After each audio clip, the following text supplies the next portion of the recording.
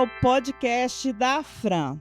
E com mais uma entrevista de sucesso. Hoje eu vou entrevistar o comandante-geral da Polícia Militar do Distrito Federal, Coronel Palhares. Seja bem-vindo, Coronel. Fran, obrigado pelo convite. Uma honra para a nossa corporação estar aqui hoje conversando com você no seu podcast. Em especial pela oportunidade do espaço da gente poder, de algum modo, falar um pouco do trabalho que é feito à frente da corporação para a nossa comunidade. Antes de adentrar no assunto, Coronel, eu gostaria de saber um pouquinho da sua história, né? Como que o senhor entrou na PM, quantos anos, qual o ano? A população precisa conhecer um pouquinho do nosso comandante-geral. Bom, falando um pouco, né, de minha pessoa, né? Eu ingressei na corporação em 1995, né, na época era um vestibular da UNB que a gente prestava na época, né? Ingressei na Academia de Polícia Militar como cadete, formei aspirante em 97, e de 97 até a atual data eu passei por algumas funções, dentre elas eu servi no 1º Batalhão de Polícia Militar, servi no Batalhão de Operações Especiais, comandei o Comando de Policiamento de Missões Especiais, comandei o 1º Batalhão de Polícia Militar, fui chefe do Centro de Inteligência da Polícia Militar, chefe de Estado-Maior da corporação, e também tive uma passagem pelo Ministério Público do DF, né, na área de inteligência do Ministério Público do Distrito Federal, e também na Secretaria Nacional de Segurança Pública, né, numa coordenação geral de operações integradas. Comandante, pelo visto, então, o senhor tem uma vasta experiência aí na área de segurança pública, né? Para galgar esse cargo tão alto, o mais alto cargo da Polícia Militar, que é ser comandante-geral aqui da PM do Distrito Federal. Quais são as suas propostas, tanto para os policiais, né, que a gente vê aí, que são policiais que estão altamente capacitados aqui do Distrito Federal, eu diria que seriam a polícia mais bem capacitada do Brasil. Quais são as propostas que o senhor tem? Fran, quando a governadora Celina ela me convidou, né, ela me convocou para ser comandante-geral, ela basicamente, entre algumas diretrizes, mas duas que eu acho que merecem destaque são: ela falou, Palhares, cuide da tropa, cuide do nosso policial militar e cuide da nossa sociedade. Nessa perspectiva, observando as diretrizes que a governadora passou para a gente, nós elaboramos nosso plano de comando pautado basicamente em 3 grandes eixos. São eixos transversais, eles conversam entre si. Então, o primeiro eixo, né, valorização do policial militar. Segundo eixo, fortalecimento institucional, fortalecimento da Polícia Militar. E o terceiro grande eixo diz respeito à excelência na prestação de serviço à nossa sociedade. Se eu puder falar basicamente um pouco sobre cada um deles, né, em relação ao primeiro eixo, por exemplo, a lógica ela é muito simples. A gente tem que levar em consideração que segurança pública ela é feita por pessoas. Se ela é feita por pessoas, uma condição básica para que a gente possa ter uma segurança pública de qualidade e excelência é nós levarmos em consideração o ser humano que presta o serviço de segurança pública. E aqui nós nos referimos ao policial militar, né, ao ser humano que veste a farda, que ostenta a farda. E quando nós falamos da valorização desse profissional, eu posso citar alguns exemplos aqui para você. Plano de carreira seria uma perspectiva de valorização profissional. O que nós estamos fazendo, inclusive determinação da governadora? Nós apresentamos uma proposta, uma ideia geral de um plano de carreira para a nossa tropa, fizemos reuniões setoriais com todo o efetivo da Polícia Militar convidado a participar, houve uma adesão massiva na participação desses ciclos de conversa. Nessas oportunidades nós podemos apresentar o que seria nessa ideia geral do plano de carreira, abrimos um prazo para que os nossos policiais militares possam apresentar suas sugestões em relação a esse plano de carreira. Recebemos mais de 180 sugestões para melhoria dessa proposta inicial do plano de carreira. Essas sugestões vieram dos próprios policiais? Dos próprios policiais militares, tanto da ativa quanto da reserva remunerada. E ainda estamos no prazo de apresentação dessas propostas, que encerra agora a semana. Nós abrimos um prazo inicialmente de 10 dias, tivemos 80 e poucas propostas de melhoria nessa proposta de plano de carreira, e prorrogamos mais 10 dias, encerra agora a semana. Fim desse prazo, nós vamos compilar essas sugestões que foram encaminhadas para a gente, aquelas que forem cabíveis, né, ou aplicáveis, de pronto nós iremos incorporar a nossa proposta. Uma ou outra pode acontecer, isso será analisado no momento oportuno, pode acontecer de que às vezes por uma questão de inviabilidade orçamentária, né, ela não ser aplicável, por uma questão de inviabilidade jurídica, né, ela eventualmente pode não ser aplicada. Então, Observando essas particularidades, qual é a lógica dessa proposta que tem um grande diferencial? Pela primeira vez na história, a Polícia Militar, ela apresenta a proposta de plano de carreira dialogada com o policial militar. Porque se eu falo de plano de carreira, eu estou falando da vida do policial militar. Então é nada mais razoável que ele tenha a oportunidade de participar daquilo que vai afetar a Até sua para vida. reter aquele policial altamente qualificado, né? Porque se a PM não tiver essas propostas de segurá-los ali, olha, o melhor local para você estar é aqui dentro da corporação, que a gente dá qualificação, dá qualidade de vida para vocês aí. Exatamente, é nessa linha. A proposta ela busca basicamente conferir dignidade à carreira do policial militar e previsibilidade. Quando eu falo em dignidade, ele ingressar numa corporação, ele fazer parte de uma corporação que ele se sinta valorizado, ele se sinta respeitado, ele se sinta prestigiado na sua questão funcional, na questão da sua carreira. Quando a gente fala de previsibilidade na sua progressão funcional, hoje, por exemplo, um soldado, para ele sair a cabo, pela nossa lei 2086, o interstício é de 10 anos. Imagina um profissional de qualquer área do serviço público, ele tem que aguardar 10 anos para poder progredir funcionalmente.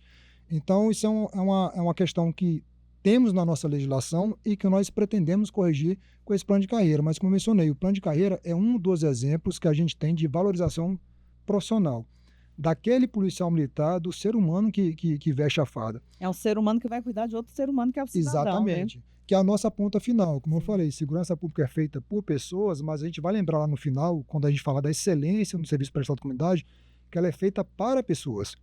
Mas voltando na valorização profissional, um outro aspecto que a gente leva em consideração é a própria questão remuneratória, salarial do nosso policial militar. Nós tivemos um aumento substancial em termos salariais na atual gestão da governadora. E importante dizer que a gente, só para ilustrar, nós saímos de 23º no ranking nacional de remuneração para 8º em nível de oficiais. Em nível de praça, tanto de soldado a subtenente, hoje todos recebem o melhor salário do Brasil. Soldado com soldado, cabo com cabo, sargento com sargento, comparado com as demais polícias militares do nosso país. Mas em nível de oficial nós estamos 8º. E nós pretendemos sim alcançar ou retomar ou voltar à primeira posição em nível nacional. Né, por uma questão de que nós somos a capital da República, nós somos a polícia organizada e mantida pela União, nós cuidamos, para além do DF como um todo, nós cuidamos das sedes dos 3 poderes da República, nós cuidamos de mais de 200 Muita apresentações responsabilidade, hein? internacionais, e isso traz um peso diferente à nossa corporação, não por outra razão que nós somos organizados e mantidos pela União. Mas ainda, na linha de valorização profissional, a gente tem a questão do auxílio alimentação nossa, que ele encontra-se defasado, altamente defasado, entre outros aspectos. Aqui apenas para mencionar alguns exemplos de valorização profissional, que engloba treinamento, capacitação, né, cursos de especialização. Nós temos um portfólio riquíssimo de cursos de especialização na corporação, para além dos cursos de formação e cursos sequenciais de carreira. Temos diversos cursos de especialização, visando que o nosso policial, né, ele se sinta prestigiado, se sinta valorizado, aumente a sensação de pertencimento dele, ele, por consequência, ele presta um serviço com maior qualidade para a sociedade. Aí eu vou aproveitar um pouco da sua fala, quando você faz a menção que nós temos as polícias mais bem preparadas do Brasil, e, obviamente, com todo respeito a todas as polícias militares do nosso país, são instituições, todas elas seculares, de elevado valor, mas a nossa corporação nós podemos falar com muita tranquilidade, que nós somos, sem dúvida nenhuma, uma das melhores polícias militares da América Latina. Né? Eu digo das melhores da América Latina porque polícia militar, essa expressão, essa designação, nós só temos aqui no nosso país, no Brasil. Mas polícias militares nós temos diversas no mundo. Não necessariamente com o nome polícia militar. Você fala dos carabineiros do Chile, né? É uma polícia militar, só que não tem essa designação polícia militar. Então, sem dúvida, a nossa corporação, ela figura, sim, entre uma das melhores polícias da América Latina, com larga tranquilidade e muita segurança nessa afirmação. É uma polícia de nível superior para ingresso desde a sua carreira base, desde 2009, que nosso policial militar, nosso soldado, ele ingressa com nível superior na corporação. E, na época, a gente teve um cuidado na corporação de fazer, para aqueles policiais que já estavam na ativa e que ainda não tinham um nível superior, a corporação ela proporcionou que todos pudessem ter acesso a essa graduação. Em outras palavras, né, são profissionais com alto nível de conhecimento, com assento acadêmico, com experiência, já ingressam na corporação não mais na condição de tão jovens ou meninos, já entra com a idade, né, que traz uma certa experiência de Maturidade, vida, né? maturidade, que isso é muito importante para o exercício de uma atividade tão complexa que é o serviço policial militar. Excelente. E é importante, né, que a gente veja que nós, como população, né, como moradora do Distrito Federal, para mim é de extrema importância ver que o nosso policial é tão valorizado dentro da PM e DF, né. Desculpa, só complementando, só para a gente poder passar para Vamos o passar para o segundo eixo, próximo. Aham. ainda na valorização do nosso policial militar. Nós temos um sistema de saúde hoje que ele atende mais de 70 mil vidas. Eu me refiro aos policiais militares da ativa, policiais militares da reservas, os dependentes e pensionistas. É a nossa família policial militar. Hoje são quantos policiais no total? Hoje nós somos 11.800 policiais militares da ativa, considerando aqui os alunos que estão no curso de formação de praça, Uhum. né, que a formatura tem previsão para setembro desse ano. Mas são policiais militares em formação, né, que ainda não estão efetivamente falando, operando, né, nos batalhões de área junto à comunidade. Mas veja, nosso sistema de saúde hoje ele é um sistema de saúde modelo, referência. Nós passamos por um período em que a gente enfrentou alguns desafios, algumas dificuldades. O orçamento previsto para o ano, para a nossa saúde, ele, em regra, chegava na metade do ano ou no segundo metade do segundo semestre, o orçamento já não era suficiente para poder sustentar o nosso custo saúde. E hoje a gente passou para um modelo de saúde sustentável, com previsibilidade orçamentária, onde o policial militar e sua família é atendido, né, com dignidade, com qualidade. E o que é que isso se traduz na prática? Imagine você trabalhar, né, com a cabeça tranquila, você trabalhar bem, Sabendo que a família está bem cuidando da também, né. sociedade, situações extremas, situações complexas, e o seu filho está doente e não está bem assistido. A sua esposa, seu marido está doente e não está bem assistido. Ou qualquer ente, seu querido, ou o próprio policial militar. Então, quando a gente fala em cuidado com a saúde, a gente fala na perspectiva de que esse policial militar bem assistido, a sua família bem assistida, ele inevitavelmente reunirá as melhores condições para poder cumprir a sua missão, realizar o seu trabalho. Nesse sentido, a gente tem um centro médico hospitalar, construímos um centro de assistência social e psicológica para cuidar da saúde mental do nosso policial militar. Estamos entregando no final do ano o nosso centro odontológico para cuidar da saúde bucal dos nossos policiais militares. E agregado à questão da saúde mental, nós temos também um cuidado muito forte com a saúde física do policial militar. Aí nós temos o Centro de Capacitação Física, que está sendo totalmente reestruturado, modernizado, para que a gente consiga trabalhar essas vertentes. Saúde física associada à saúde mental. É um policial militar disponível para a sociedade, preparado para trabalhar para a sociedade, menos tempo afastado, seja por algum tipo de afastamento de doença mental mesmo, ou algum tipo de debilidade física. Então, esse conjunto de ações, no viés ou no eixo valorização profissional, é o que faz com que a gente tenha profissionais motivados, profissionais dedicados, comprometidos com a segurança de Brasília e de nossa sociedade. Excelente, muito bem. Aí vamos para o segundo, né. O nosso segundo eixo, Segundo eixo. a gente trata como fortalecimento institucional, né? É o olhar para a própria Polícia Militar enquanto instituição. Aí eu me refiro aqui a uma corporação que foi criada em 1809 por ato imperial de Dom João VI. Então, é uma corporação que possui 217 anos de história. Veio do antigo estado da Guanabara para a capital da República, né, no sonho de JK de criar Brasília, construir Brasília. E essa instituição secular, ela precisa ter a sua história observada, precisa ter a sua Preservada história também. preservada, né? Não tem como olhar para o futuro ignorando o nosso passado. Sim. Então, quando a gente fala no viés fortalecimento institucional, é sim reconhecer a nossa história, valorizar a nossa história. E como é que a gente faz isso, né, a partir de alguns atos que eu também poderia aqui exemplificar? Passa pela questão da estrutura predial dos nossos batalhões. Nós vivemos na capital mais segura do país, na Eu fiquei unidade sabendo da mesmo, né. federação mais segura do país. Isso é dados do Ministério da Justiça, não é? Exatamente, do Ministério da Justiça e Segurança Pública, E essa sensação de segurança também é muito importante para o cidadão. sem dúvida.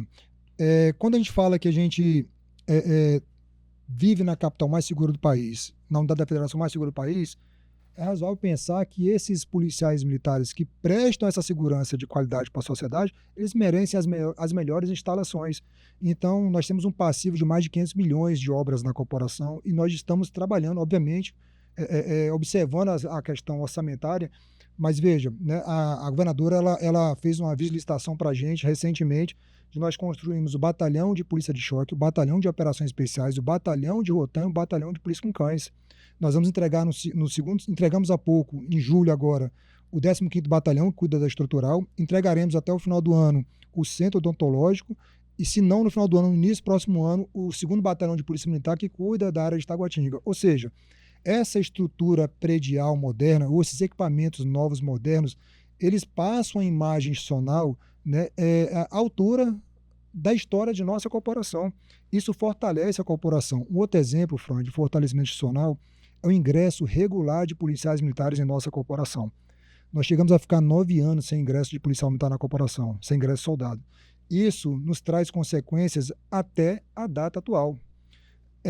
Houve um esforço muito significativo, né, desde o governo ibanês, com a governadora Celina, no sentido de a gente tentar recuperar um pouco desse prejuízo. Nós ingressamos mais de 5 mil policiais militares e ainda assim a nossa lei prevê um efetivo de 18.673 policiais militares. Nós temos 11.800. Se nós não mantivermos o ingresso regular de policiais militares, né, em 5 a 10 anos, a gente vai ter um efetivo abaixo de 50% daquele previsto em lei. Qual o impacto disso na prática? Isso afeta diretamente a nossa capacidade operacional, porque nesse intervalo de tempo, Brasília, a população nos últimos 15 anos, a população dobrou. Uhum. O nosso efetivo ele diminuiu, não porque na lei ele foi reduzido, mas porque nós ficamos muito tempo sem ingresso regular de policiais militares. Então, quando a gente fala em ingresso regular de policiais militares, isso também fortalece a instituição na medida em que ela mantém a sua capacidade operacional de prover segurança pública com qualidade, de atender às necessidades, às demandas de nossa sociedade, né, no nível que ela merece e que ela exige, e tem que exigir mesmo da gente nesse sentido. E por que houve esse déficit tão grande assim de concursados? Era falta de dinheiro? O que é? Por que não chamava, não fazia concurso público e daqui a pouco a gente está com déficit se não continuar sem chamar os concursados, né? Fran, na realidade, a corporação ela possui um planejamento de ingresso regular de policiais militares, tanto em nível de praça quanto em nível de oficial. O que acontece é que, por vezes, né, opções políticas, né, acabam impondo um calendário, uma agenda diferente daquela que a gente pensou, planejou. Porque em que pese a gente seja mantido e organizado pela União, né, e aí tem um fundo constitucional para prover a segurança pública do DF, aqui eu me refiro a todas as forças de segurança do DF, mas veja, a nossa corporação ela faz o planejamento, mas em algum momento, por opção política mesmo, acabou que esses concursos não foram autorizados, não foram permitidos. E volto a dizer, isso nos traz consequências até os dias atuais. A gente está com um curso de formação agora de 1.234 policiais militares. A governadora encaminhou uma proposta de alteração do anexo 5º da lei da LOA para que a gente possa incorporar mais 814 policiais militares remanescente do último concurso de formação de praça. Se a gente conseguir incorporar esse efetivo no final desse ano, ou no pior cenário, no início do próximo ano, a gente ganha um fôlego muito importante para manter a nossa capacidade operacional. Mas já temos planejamento para poder fazer um novo concurso ainda em 2027, de modo que essa nova turma ela possa ingressar na corporação em 2028. Eu me estou referindo aqui ao concurso para soldado.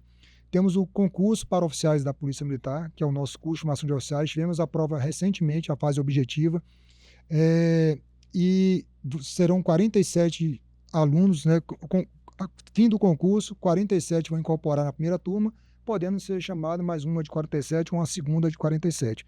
Então, assim, é o cuidado, né, com as estruturas de nossa corporação, seja em nível de praça ou nível de oficial, considerando a nossa Polícia Militar como um todo. E isso fortalece a instituição.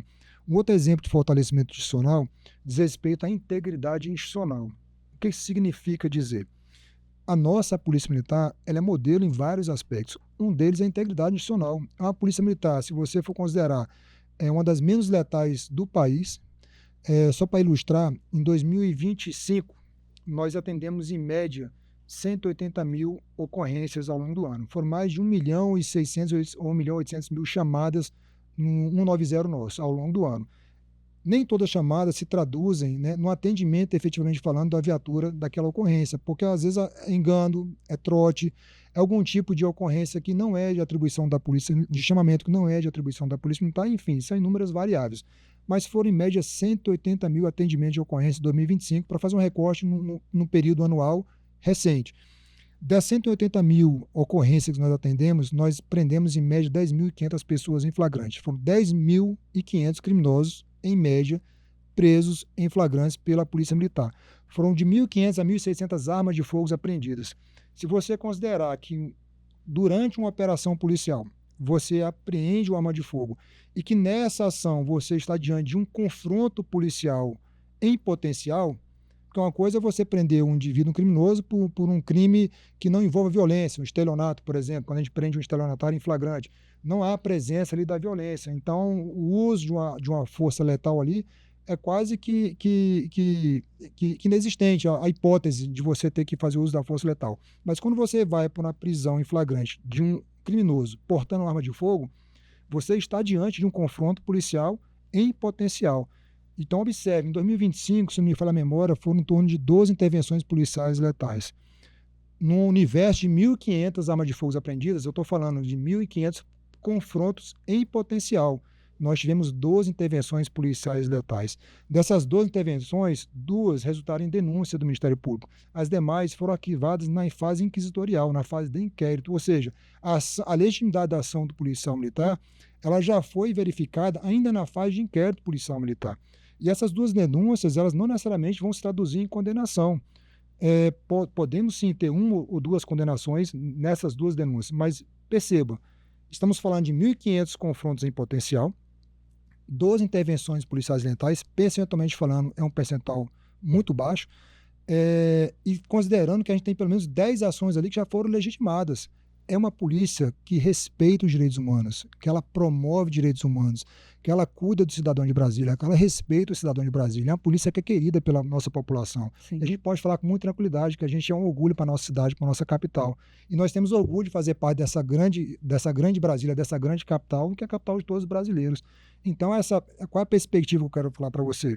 Quando nós falamos de integridade institucional, é garantir essa rigidez institucional, uma polícia transparente, uma polícia que dialoga com a sociedade, uma polícia que não tolera em seus quadros corrupção, seja em qual nível for. Quando eu falo em qual nível, não significa, eu estou querendo dizer que nós não toleramos 0,1% de corrupção na Polícia Militar. Nós não queremos corrupção na Polícia Militar. Nós não queremos a Polícia Militar violenta. Nós não queremos a Polícia Militar letal. Então, isso passa pela integridade institucional, uma corregedoria forte, atuante, como nós temos.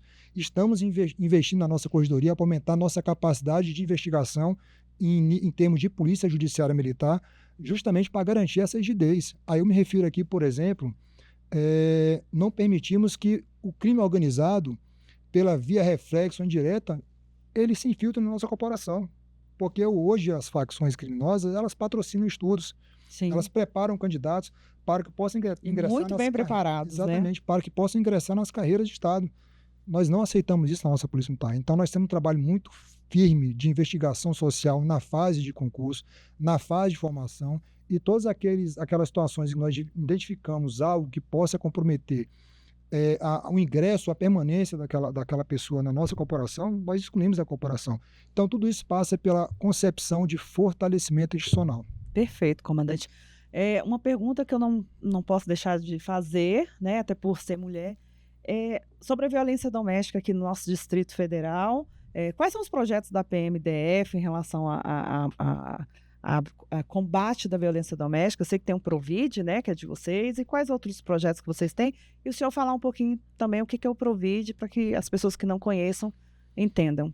Fran, essa pergunta é muito importante. O enfrentamento à violência contra a mulher, nós temos a leitura que é um assunto que ele toca toda a sociedade brasileira. Ele é um tema que ele se tornou um grande desafio, muito mais que um desafio para a segurança pública. Ele é um desafio para a nossa sociedade. É a nossa sociedade entender, reconhecer que esse fenômeno existe e que ele não é tolerável. Nós não podemos aceitar, enquanto sociedade, a violência contra a mulher. O que significa dizer na prática? O vizinho, a vizinha, o amigo, o primo, o tio, também, o síndico, também.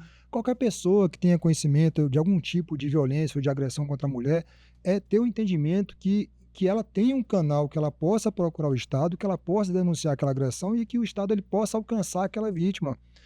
As próprias mulheres que se encontram na condição de vítima de violência doméstica ou vítima de violência contra a mulher, não raras vezes elas não percebem, não identificam que se encontram naquela situação, até que você tem um escalonamento, né, para agressões físicas ou algo mais grave, aí sim que ela vai entender, que ela vai perceber que ela está sendo vítima, sim, de violência contra a mulher. Então, é um conjunto de fatores, mas veja, começa pelo entendimento da nossa sociedade em reconhecer que isso é um desafio de todos nós. Sim. Até porque a gente tem que levar em consideração que a violência contra a mulher, em regra, ela ocorre no ambiente doméstico, é justamente onde o Estado ele não se faz presente. Então, quanto mais pessoas olhando, quanto mais pessoas cuidando, quanto maior o entendimento da nossa sociedade a respeito desse grande desafio, acredito que a gente terá um alcance muito maior daquelas pessoas que são vítimas e que não raras vezes não percebem que são vítimas. Um Sim, até outro, por falta de entendimento, né, exatamente, que realmente seja a violência doméstica. exatamente. Então, veja, é um desafio de toda a sociedade, mas ele também tem que ser, para ele ser alcançado plenamente, a gente tem que tratar isso até como um assunto em termos de educação mesmo. É um assunto que tem que ser tratado no ambiente escolar, obviamente observando as faixas etárias, observando o público-alvo que você vai abordar aquele assunto, mas as nossas crianças e adolescentes, a gente tem que lembrar que o homem de hoje, ele foi a criança ontem, ele foi adolescente ontem, e se ele cresce num ambiente de violência familiar e ele não tem acesso à educação, que ele consiga entender e perceber aquilo, a criança e a adolescente de hoje, amanhã ele pode ser um homem agressor em potencial. E a mulher, por sua vez, a criança, adolescente, menina, ela amanhã, se ela não tem essa formação, essa educação, ela vai se encontrar na posição de vítima e não vai perceber que ela é vítima até que tem algo mais grave. Mas trazendo agora aqui para o nosso lado, que é a segurança pública. Nós temos o Provide, como você bem mencionou, que é um programa que nós reputamos como um programa de sucesso. O nosso Provide, ele assiste mais de 1.000 mulheres no DF, todas aquelas que são alcançadas pela rede de proteção do governo federal. Aí é importante dizer que existe uma grande rede de proteção. O Provide uma das vertentes dessa grande rede de proteção. Mas veja, o nosso Provide, a gente faz visita, aquelas mulheres que são assistidas pelo Provide, nós temos equipes especializadas de policiais militares que realizam visita à casa da mulher vítima da violência e também à casa do agressor, Eu não a depender do sabia. caso. Então, tem um caráter preventivo muito forte, e inclusive no sentido de orientar. Nós inauguramos uma sala de lives no Aeroporto Internacional de Brasília, onde circula em média mais de 16 milhões de pessoas por ano.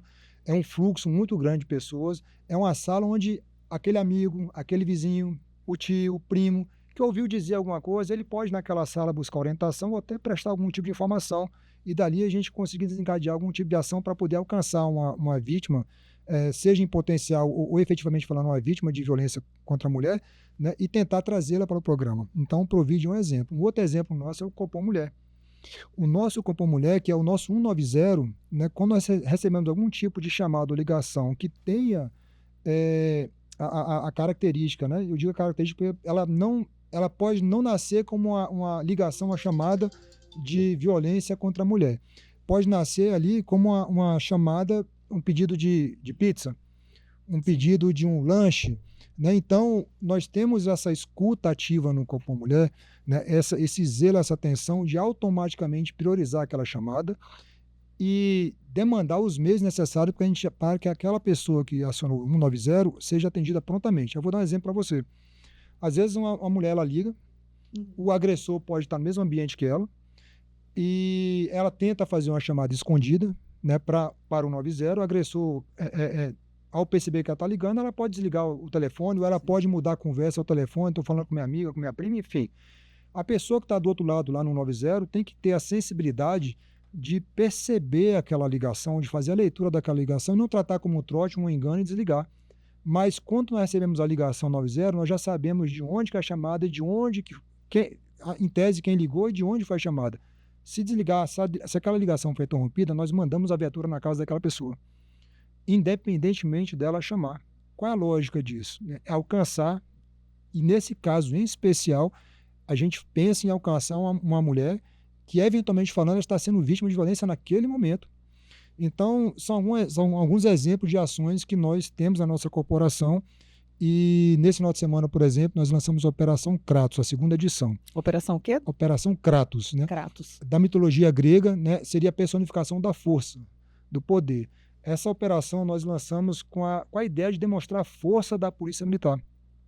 São mais de 2.000 policiais militares empregados durante o final de semana, são mais de 150 viaturas empregadas durante o final de semana. Eu falo em números adicionais, além daqueles que nós já temos regularmente empregados em todos os dias nas ruas do DF, uma operação que alcança todo o DF.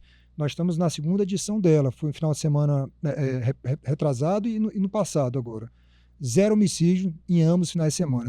Mas o que chamou a atenção da gente, vários veículos produto de furto e roubo apreendidos, só nesse final de semana foram 22 veículos produto de furto e roubo, aliás, 22 mandados de prisão cumpridos, recuperação de veículos foi algo em torno de 30, me fugiu agora aqui que eu falo o número exato.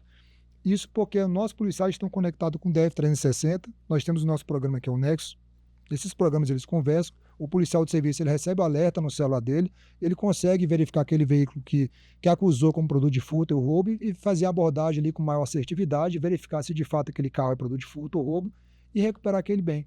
Se aquele indivíduo que tem um mandado de prisão passou por uma câmera com reconhecimento facial, a gente recebe esse alerta. Se ele está conduzindo um veículo cujo proprietário daquele veículo tem mandado de prisão. Isso também, enfim, a gente faz um cruzamento de dados e a partir dessas informações a gente consegue recuperar veículos e prender criminosos que estão com mandado de prisão em aberto. Isso na Operação Crasso nós já tivemos números expressivos em ambos os finais de semana. Mas o que eu ia chamar a atenção aqui para você, só esse final de semana, se não me falha a memória, foram 241 atendimentos de ocorrência de violência contra a mulher. É um número muito expressivo, é um número que a gente não pode ignorar. Nós não podemos fechar os olhos para essa dura Por realidade. outro lado, eu acho bom, porque a mulher está se libertando, né? Ela está tendo coragem de ligar e falar: peço socorro, me ajudem. O ruim é quando a mulher fica lá sofrendo a violência e sem saber o que fazer. Quando essa mulher liga para a polícia militar, é porque ela se sente segura o suficiente para fazer essa denúncia. Concordo, Fran. Inclusive, assim, esse número que é um número que chama atenção, é um número que nos incomoda, é um número que, na verdade, a gente não tem orgulho dele. A gente gostaria de não ter nenhum tipo de chamado para a violência contra a mulher. Mas você foi muito feliz e precisa na sua colocação. Enquanto mais a gente consegue levar o esclarecimento, é natural e é uma tendência que aumente o número de acionamentos. Porque aquelas mulheres que não percebiam que se encontravam em situação de violência, elas passam agora a chamar a polícia militar. E elas chamam, Fran, porque elas realmente, como você bem falou, elas sabem que pode confiar na sua polícia militar, na nossa polícia militar. Exatamente. Eu sou instrutora de oficina de paz do Tribunal de Justiça e eu estou sempre aplicando a oficina de paz. Então, pais que estão na fase de separação, cometendo alienação parental, e aí alguns casos pontuais de pai que está com medida protetiva. O que eu percebo na fala deles é que eles não sabem que a violência doméstica não se resume apenas na física, né? A gente tem psicológica, patrimonial. Muitos falam: nossa, eu nunca fiz nada, eu fui parar na papuda só porque eu mandei um e-mail para ela, elogiando por ela ser uma boa mãe. Por que que eu fui presa? Então, eu vejo que esses homens, que não estou justificando aqui, né? Mas que eles, às vezes, cometem a violência doméstica sem saber que a moral é uma violência psicológica, ele reter o dinheiro dessa mulher é uma violência patrimonial. Então, tem outros tipos de violência patrimonial que não se resume apenas à física. A PM tem algum projeto, alguma proposta para orientar esses homens? Olha, não é só a física, a gente tem 5 tipos de violência doméstica. Vocês atuam nessa área também? Tem algum projeto que oriente esses homens? Temos sim, mas olha só que interessante. Volta naquilo que eu mencionei. São 2 grandes desafios que antecedem a própria segurança pública, né? É o reconhecimento da sociedade desse problema enquanto fenômeno da nossa sociedade, que precisa ser enfrentado por todos, e a parte de educação. Aquele menino, né, a criança, adolescente de ontem, se ele não sabe o que é agressão, violência contra a mulher, ele cresce e às vezes acreditando que aquilo que está fazendo é correto, ou que não é de todo errado, ou que não seria uma violência, quando na realidade é uma violência contra a mulher. Como você mencionou alguns aspectos aqui da violência contra a mulher, que vai para além da violência física, pode ser psicológica, pode ser patrimonial. Mas a corporação, a gente tem um programa que é um curso de capacitação para os próprios profissionais de segurança pública.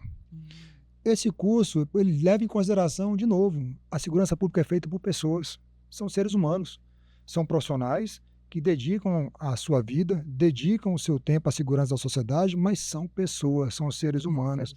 Então, nós temos o cuidado, inclusive, com o nosso policial militar. Então, o nosso efetivo recebe treinamento, recebe capacitação, não só para atender bem, né, as vítimas de violência contra a mulher, mas para que eles também não pratiquem violência contra a mulher e, por vezes, sem saber que está praticando, Fran, como você bem mencionou.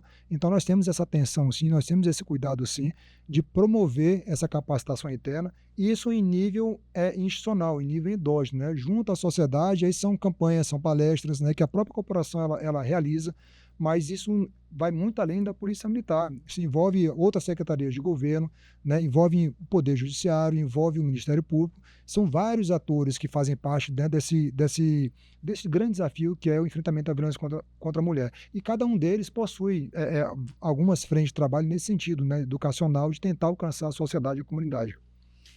Tô lembrando aqui que em 2018 eu fui na Espanha e aí tive a oportunidade de participar de um congresso sobre mediação policial. E aí eu fiquei pensando, falei, gente, um sonho, porque eu sou mediadora de conflito também. E eu falei, um sonho a mediação policial ir para o Brasil, mas acho que é um sonho impossível, né? E recentemente eu fiquei sabendo que vocês estavam fazendo cursos de mediação dentro da PMDF.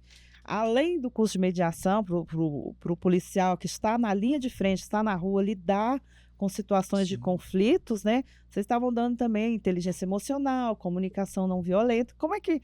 eu não lembro o nome do projeto de vocês aí. O senhor é a favor da mediação, que o policial se torne um mediador de conflito, mas que também saiba atuar na hora que precisa ter pulso firme, né? Mas se for aquela briga de vizinho, saber contornar, saber conversar com aquelas partes, usando as técnicas mesmo de mediação de conflitos. Fran, sem dúvida. Na prática, a maioria das ocorrências que a gente enfrenta nas ruas, essa maioria é resolvida pela mediação. É a presença do policial militar, é a maneira como ele se dirige às partes ali envolvidas, é o diálogo que ele estabelece e na maioria das vezes, como eu disse, né, essas ocorrências são resolvidas no próprio local. Obviamente, quando nós não nos deparamos com a situação flagrancial, uma situação de crime que demande uma pronta atuação, uma pronta resposta e Sim, que não caiba essa mediação, sim. essa negociação. Mas veja, aí aumentando o espectro da mediação ou do campo da negociação, mesmo na situação de flagrante, quando o policial ele consegue dialogar com a pessoa que está em situação de flagrante, ele consegue conduzir aquela ocorrência, ele consegue conduzir aquela prisão sem uma intervenção letal, como eu mencionei, somos uma das polícias menos letais do país. Né? Só para a gente ter uma reserva de cuidado, não falarmos que nós somos a menos letal do país, mas sem dúvida somos uma das menos letais do nosso país. Isso passa justamente por essa capacitação, pelo nível intelectual dos nossos policiais militares, que carregam no seu DNA esse sentimento de proteção dos direitos humanos. Isso é uma essência, é uma marca de nossa polícia militar, uma polícia que dialoga, que ela conversa. Eu tive a oportunidade de fazer o curso de negociador policial. Obviamente seria um nível de diálogo, né, um pouco mais avançado e mais técnico que a mediação em si. A mediação é o dia a dia.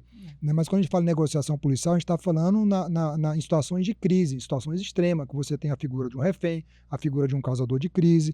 Né? E esse curso, quando ele foi feito, eu estou tentando resgatar aqui na memória o ano, se foi 2002, 2001, por ali.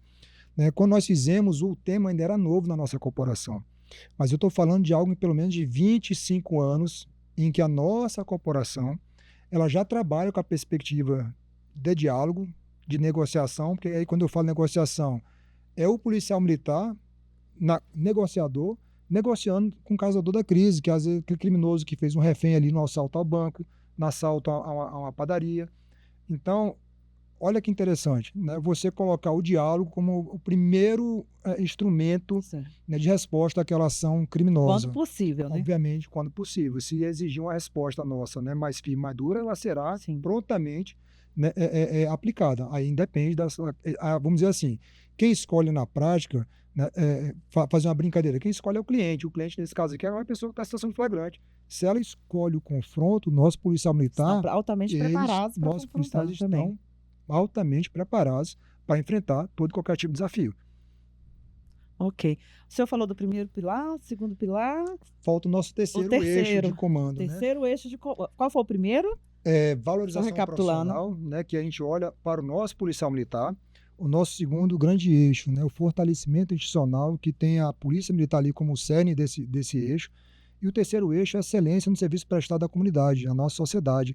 Aí eu volto para o começo da nossa conversa. Segurança pública é feita por pessoas e para pessoas. Então, se ela é feita para pessoas, assim como a gente leva em consideração o ser humano policial militar, eu tenho que levar em consideração o ser humano destinatário do serviço de segurança pública que nós prestamos. Nós temos aqui no DF, por exemplo, uma rede de vizinhos protegidos.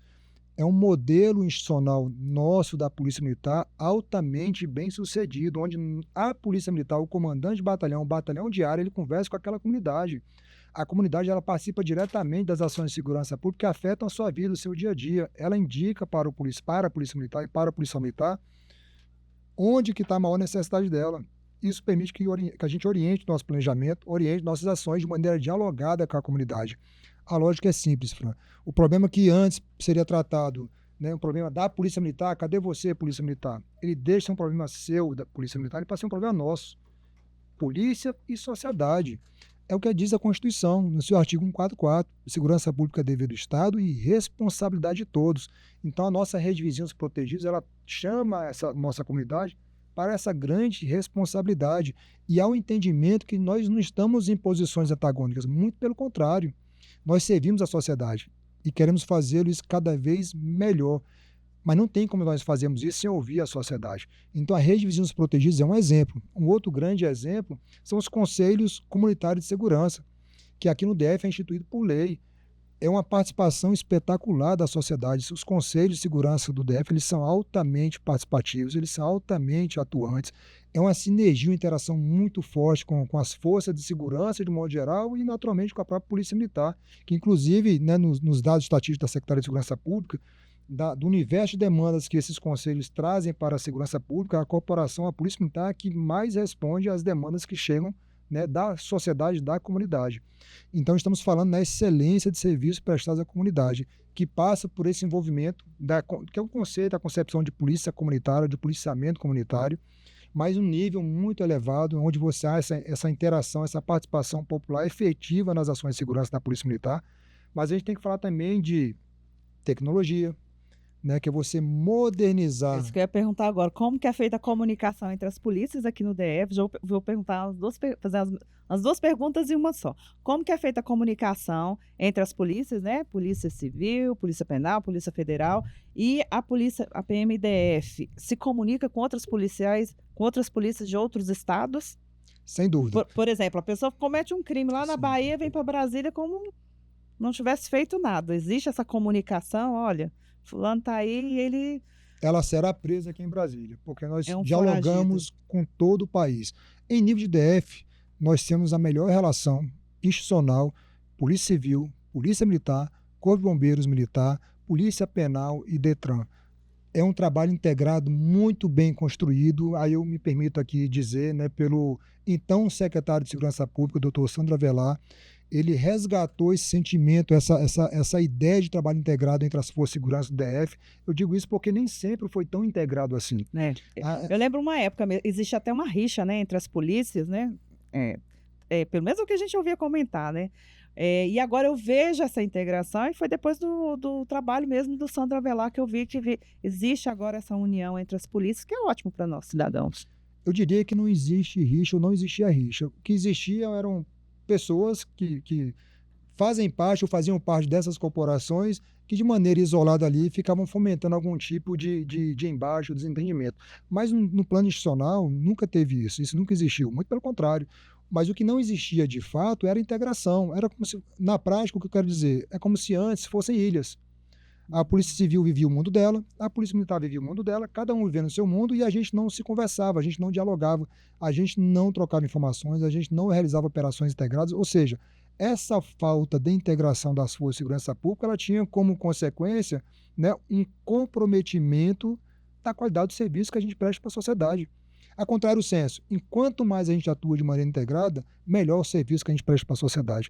E essa marca a gente tem que atribuir sim ao Dr. Sandro Avelar, enquanto secretário de Segurança Pública, ele que trouxe esse conceito de integração, de integralidade, que a integralidade ela já extrapola as forças de segurança pública, ela envolve todos os segmentos do governo do Distrito Federal. Então, é entender que a segurança pública é um tema transversal, é um tema interdisciplinar, ele dialoga com várias secretarias do GDF, com a Secretaria de Desenvolvimento Social, com a Secretaria de Justiça, a Secretaria da Educação, ela conversa com várias pastas do GDF.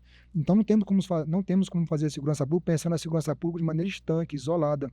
E essa ideia de integralidade, trazendo a comunidade para o debate, a participação popular por meio dos conselhos comunitários de segurança, que traz essa leitura, essa ideia de integralidade. É um trabalho que hoje vem sendo também muito bem conduzido pelo nosso atual secretário de Segurança Pública, o doutor Paturi. Ele era o secretário executivo do doutor Sandro Avelar, que trouxe esse modelo, e o secretário Paturi, ele endossa e fortalece e melhora esse modelo. E é o que nós queremos, nós não nos conformamos. Hoje nós estamos em primeiro no ranking, né, nacional, como a capital mais segura do país. Nós somos a unidade da federação mais segura do país. Isso não nos coloca na posição de conforto, muito pelo contrário.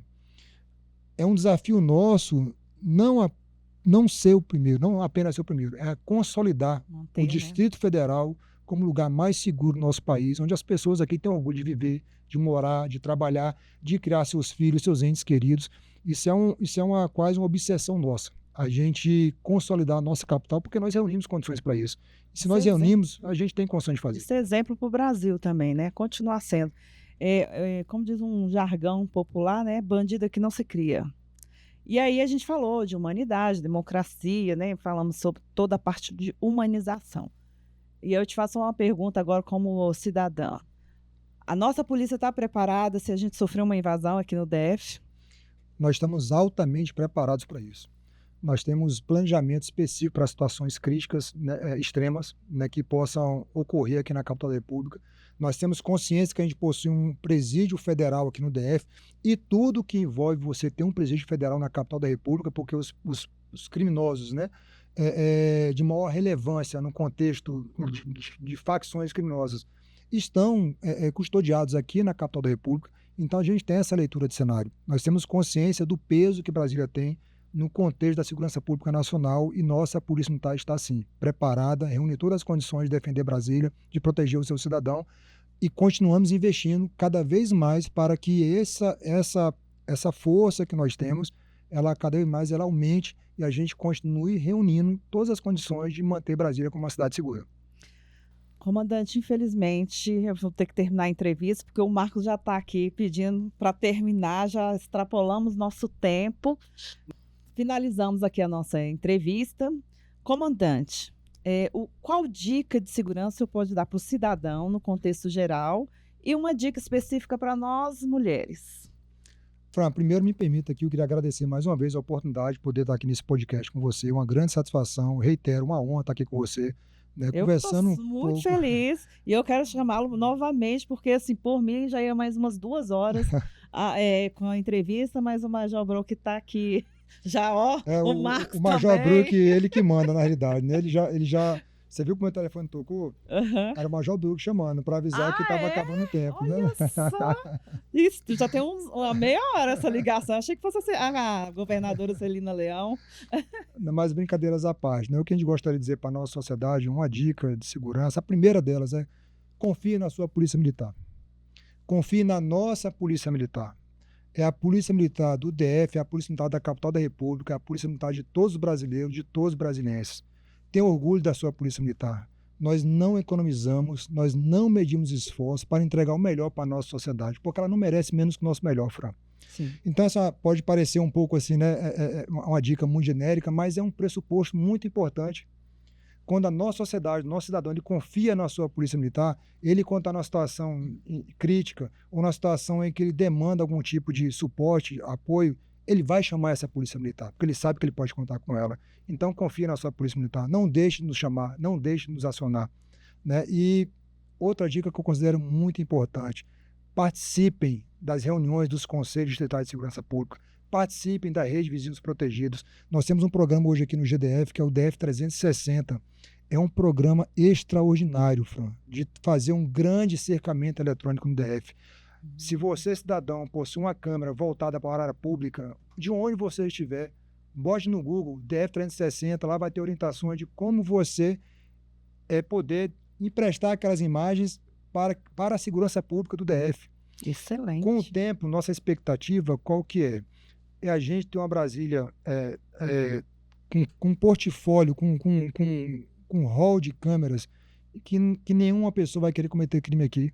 Se você furtar veículo aqui em Brasília, você vai ser preso. Se você roubar um veículo, você vai ser preso. Se você tiver um mandado de prisão aqui em Brasília, você será preso. É essa mensagem que a gente quer passar para a sociedade. Participem da nossa segurança pública. Ela não é feita para a gente, não. Ela é feita para todos nós. E nós nos incluímos como beneficiários dessa segurança pública, porque nós também somos cidadãos. nós também fazemos parte da sociedade. E nós queremos o melhor para a nossa sociedade. E isso passa pela segurança pública. Então, o DEF 360 é um grande case, é um grande modelo que várias unidades da federação estão vindo a Brasília conhecer o DEF 360. Então, emprestem as suas imagens para as forças de segurança pública, que isso vai aumentando cada vez mais a nossa segurança. Eu falei, se você furtar, se você roubar um veículo, você vai ser preso. Se você tiver um mandado de prisão, você vai ser preso. Mas eu digo também, se você cometer um assalto no comércio, na rua, um transeunte, nós vamos prender você também. Porque o DEF 360 ele proporcionará isso naturalmente. O número de veículos recuperados, o número de mandados de prisão recuperados estão diretamente associados a esse grande programa. E quanto mais a gente tiver essa participação da sociedade, mais segura vai estar a nossa sociedade. Que orgulho da nossa Polícia Militar do Distrito Federal. Parabéns, viu, comandante? Você fez mais uma pergunta, Fran, que foi em Eu tenho um relação, monte aqui né, no celular, eu nem peguei no meu celular, sei estou com várias se perguntas podia, aqui. em relação às mulheres, né? Primeiro, todo e qualquer cidadão denuncie, tem conhecimento, busque orientação, tem dúvida, peça orientação. Procure uma sala de laje de um batalhão nosso, do aeroporto de Brasília, procure uma delegacia, procure o Estado. Vocês irão receber a orientação necessária. Eu falo aqui todo e qualquer cidadão, não somente as mulheres, homens e mulheres, né? Se tem dúvida em relação ao tema, procure o Estado para que a gente possa dar as orientações necessárias. Se você, mulher, é vítima de violência contra a mulher, procure o Estado e ingresse na nossa rede de proteção. Você será protegida. Nenhuma mulher que faz parte da rede de proteção aqui do DF, nenhuma, ela foi vítima de feminicídio. Aquelas que foram, infelizmente, né, fatalmente vitimizadas, elas não foram alcançadas pela rede de proteção, porque nós sequer tivemos a oportunidade de saber que aquela mulher era vítima de violência. Por isso que é importante pedir socorro, né? Antes que o pior aconteça. Mas, Fran, eu acho que é isso. Mais uma vez, muito obrigado, né? Nos colocamos à disposição na nossa corporação e uma grande satisfação estar aqui com você. A satisfação é toda nossa. Finalizamos mais uma entrevista de sucesso do podcast da Fran com o comandante-geral da Polícia Militar do Distrito Federal, Coronel Palhares.